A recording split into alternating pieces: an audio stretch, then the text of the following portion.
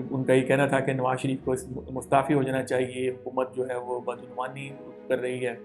تو یہ اس کا پس منظر تھا، اس پس منظر میں یہ ساری چیزیں ہو رہی تھیں. لیکن کسی کے گمان میں یہ نہیں تھا کہ 17 جون 2014 کو یہ اتنا بڑا واقعہ ہو جائے گا. خیر، جب میں موقع پر پہنچا تو پولیس کی بھاری نفری وہاں پر موجود تھی، اور پاکستان عوامی تحریک کے کارکنان اور خرم نواز گنڈا پور جو کہ سیکرٹری جنرل تھے اس وقت، وہ بھی وہاں پر موجود تھے، اور بحث و تکرار کا سا معاملہ تھا. ہمیں لگا کہ شاید یہ معاملہ نمٹ جائے گا، کچھ سینٹی پرویل کرے گی اور دونوں جانب سے جو ہے وہ کچھ لو کا معاملہ طے پا جائے گا. لیکن جب پنجاب حکومت اور نفری جو ہے پولیس کی، ہمیں بتایا گیا کہ رات سے ہی یہاں پر موجود تھی پولیس کی، اور یوکرینیں بھی یہاں پر پہنچ چکی تھی. تو خیر، اچانک سے کچھ ایسا ہوا کہ پتھراؤ شروع ہوتا ہے سب سے پہلے، اور اس کے بعد پھر فائرنگ شروع ہو جاتی ہے، اور ایسا لگتا ہے کہ جیسے چاروں جانب سے فائرنگ شروع ہو رہی ہے. کیمرہ مین وہاں پر موجود تھے، میڈیا رپورٹرز وہاں پر موجود تھے. ہمیں اپنی جانوں کے لالے پڑ گئے. ہم نے کوئی دیوار کی اوٹ لے رہا ہے، کوئی کسی گاڑی کے پیچھے چھپ رہا ہے، کوئی نیچے زمین پر لیٹ کر اپنی جانیں بچا رہا ہے. اس کے بعد جب فائرنگ رکتی ہے تو چیخ و پکار شروع ہو جاتی ہے. ہم تھوڑا صورتحال کا جائزہ، ظاہر ہے رپورٹر کے طور پر ایک کیوریوسٹی ہوتی ہے کہ اچانک سے یہ سب کچھ کیا ہو گیا. تو جب ہم نے دیکھا تو خون میں لت پت کچھ افراد وہاں پر موجود تھے، کچھ آہو بکا کر رہے تھے، چیخ و پکار وہاں پر ہو رہی تھی، اور فائرنگ کا سلسلہ جو ہے وہ وقفے سے جاری تھا. ہم سب حیران ہوئے کہ اچانک سے یہ کیا ہو گیا. ایک وقت جو بات چیت کا سلسلہ جاری تھا، پاکستان عوامی تحریک کے جو قیادت ہے وہ بھی، اور پولیس افسران وہاں پر موجود تھے، وہ بھی بات چیت کر رہے تھے. لیکن اچانک سے جب فائرنگ ہوئی تو اس کے بعد صورتحال یکدم بدل گئی، اور پورے کا پورا یہ جو ماڈل ٹاؤن کا علاقہ تھا، جہاں ڈاکٹر طاہر القادری کی رہائش گاہ ہے، اور جو منہاج القرآن سیکریٹریٹ کے تقریباً چند فرلانگ کے فاصلے پر کی دوری پر ایک دوسرے سے واقع ہیں، تو ایک قیامت کا سا منظر تھا. وہاں پر لوگ چیخ و پکار کر رہے تھے. منہاج القرآن اور پاکستان عوامی تحریک کے لوگوں کو بھی کچھ اندیشہ تھا کہ انتظامیہ کچھ کارروائی کر سکتی ہے، کیونکہ ڈاکٹر صاحب بہت دو تیز بیانات جو ہیں وہ دے رہے تھے. لیکن کسی کے وہم و گمان میں یہ نہیں تھا کہ معاملہ اس حد تک پہنچ جائے گا. خیر، اس کے بعد یہ ہوتا ہے کہ ایمبولینسز وہاں پر آنا شروع ہو جاتی ہیں. بڑی تعداد میں جو ہے وہ زخمیوں کو وہاں سے لے جایا جاتا ہے. پولیس جو ہے وہ کارکنان پر لاٹھی چارج بھی کرتی ہے. یہ تو ہمارے آنکھوں کے سامنے ہم نے دیکھا. ایک خاتون جن کے چہرے کے اوپر گولی لگتی ہے، اس کے اہل خانہ ان کے قریب موجود ہوتے ہیں، وہ ان کو چیخ و پکار کر رہے ہوتے ہیں، اور پولیس کے جو اعلیٰ افسران ہیں وہ بھی موقع پر موجود ہوتے ہیں. اور اس دوران پھر ایک اور کریکٹر وہاں پر نمودار ہوتا ہے، جس کو بعد میں گلو بٹ کہا گیا. گلو بٹ جو ہے وہ ڈنڈا اٹھائے کچھ لوگوں کے ساتھ بھاگتا ہوا، نعرے لگاتا ہوا وہاں پر آتا ہے، اور گالیاں بھی دیتا ہے. اور اس کے بعد ہم دیکھتے ہیں کہ جو منہاج القرآن سیکریٹریٹ کے باہر جو گاڑیاں کھڑی ہوئی تھیں، وہ آؤ دیکھا نہ تاؤ، وہ ان گاڑیوں کو توڑنا شروع کر دیتا ہے. ہمارے لیے بہت حیرانگی کا باعث تھا کہ پولیس کے اعلیٰ افسران، S Ps, S H Os, جو علاقے کے تمام ایس ایچ اوز، پولیس کی جو اعلیٰ بھری قیادت ہے وہ وہاں پر موجود تھی، اور ان کے سامنے یہ گلو بٹ جو ہے وہ ڈنڈا اور سوٹا اٹھائے گاڑیوں کے شیشے توڑا ہے، اور ایک بھی پولیس اہلکار جو ہے وہ اس کو روکنے کے لیے آگے نہیں بڑھا ہماری نظروں کے سامنے. بلکہ ہم اس کو کسی حد تک جو ہمارے بس میں تھا، ظاہر ہے ہمیں اپنی جان کے بھی لالے تھے، ہم اپنی جان بھی بچانا چاہتے تھے، کیمرہ مین بھی کچھ فوٹیجز بھی بنا رہے تھے، ظاہر ہے ہمیں اپنے فرائض بھی سر انجام دینے تھے. لیکن جو گلو بٹ والا جو سین تھا، مطلب لاہور شہر میں ماڈل ٹاؤن ایک ایسا ایک پوش علاقہ تصور کیا جاتا ہے لاہور کا، وہاں پر یہ ایک خونریزی ہو رہی تھی اور توڑ پھوڑ ہو رہی تھی. اور ہم نے دیکھا کہ جو آس پاس کی دکانیں تھیں، دکاندار اپنی دکانیں بند کر کے گھروں کو چلے گئے. کچھ دکانیں جو ہیں وہ آدھی کھلی رہ گئیں.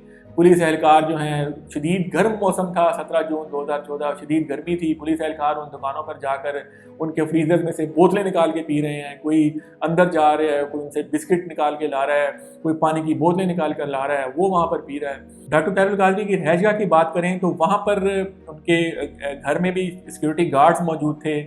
خرم نواز گنڈا پور وہاں پر موجود تھے. لیکن ان کی طرف سے بظاہر ہم نے دیکھا کہ پتھراؤ کیا جا رہا تھا، اور لیکن ان کے پاس بھی، جن کے سیکورٹی گارڈز کے پاس بھی کچھ گنیں تھیں. پولیس کا یہ کہنا ہے، پولیس کا یہ موقف ہے کہ پہلے جو پہل ہے وہ ڈاکٹر طاہر القادری کی رہائش گاہ کے اندر سے کی گئی، اور پولیس کے اوپر جو ہے وہ فائرنگ کی گئی.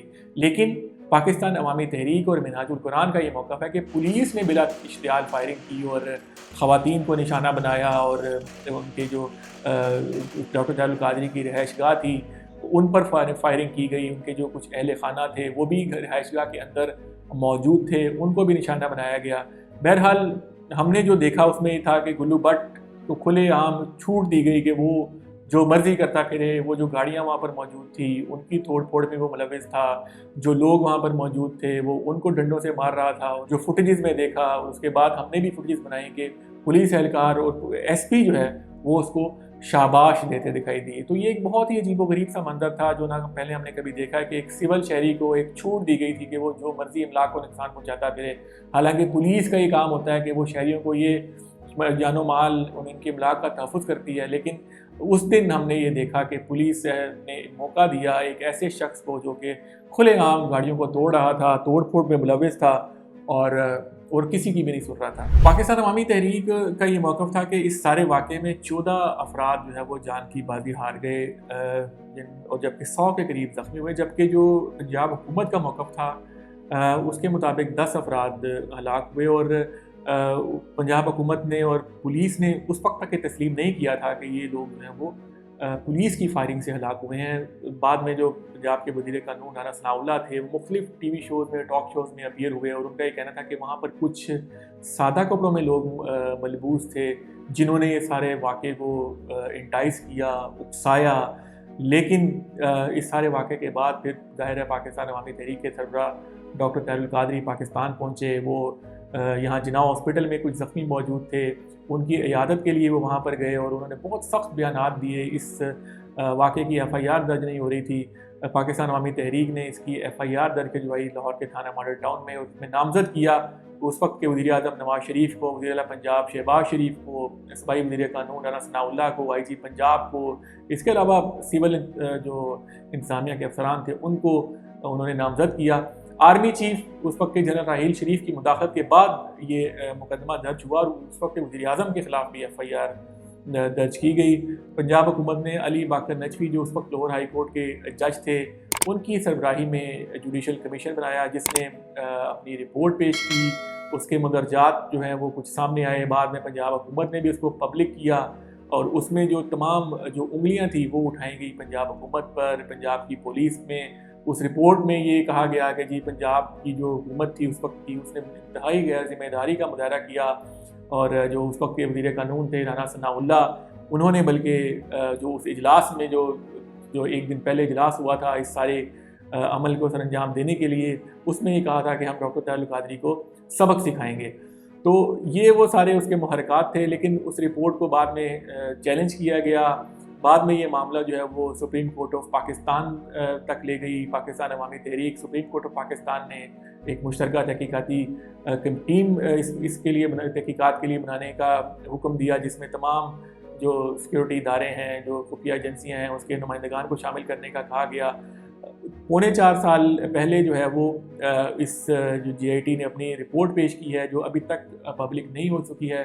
ابھی تک یہ معاملہ جو ہے وہ زیر التوا ہے. اس کے ذمہ داروں کا تعین وہ کہ علی باقر نجفی کی رپورٹ میں ہو چکا ہے لیکن کسی کے خلاف کوئی کارروائی عمل میں نہیں لائی گئی. پاکستان عوامی تحریک کا یہ مطالبہ رہا ہے کہ جو اصل ملزمان تھے وہ اس وقت کے پنجاب کے حکمران اور وفاق میں جو حکمران تھے وہ تھے نواز شریف اور شہباز شریف کے اوپر انہوں نے الزام لگایا کہ ان کے خلاف کارروائی کی جانی چاہیے. لیکن ابھی بھی یہ معاملہ جو ہے وہ زیر التوا ہے اور ابھی بھی کوئی کارروائی جو ہے وہ اس پہ نہیں ہو سکی.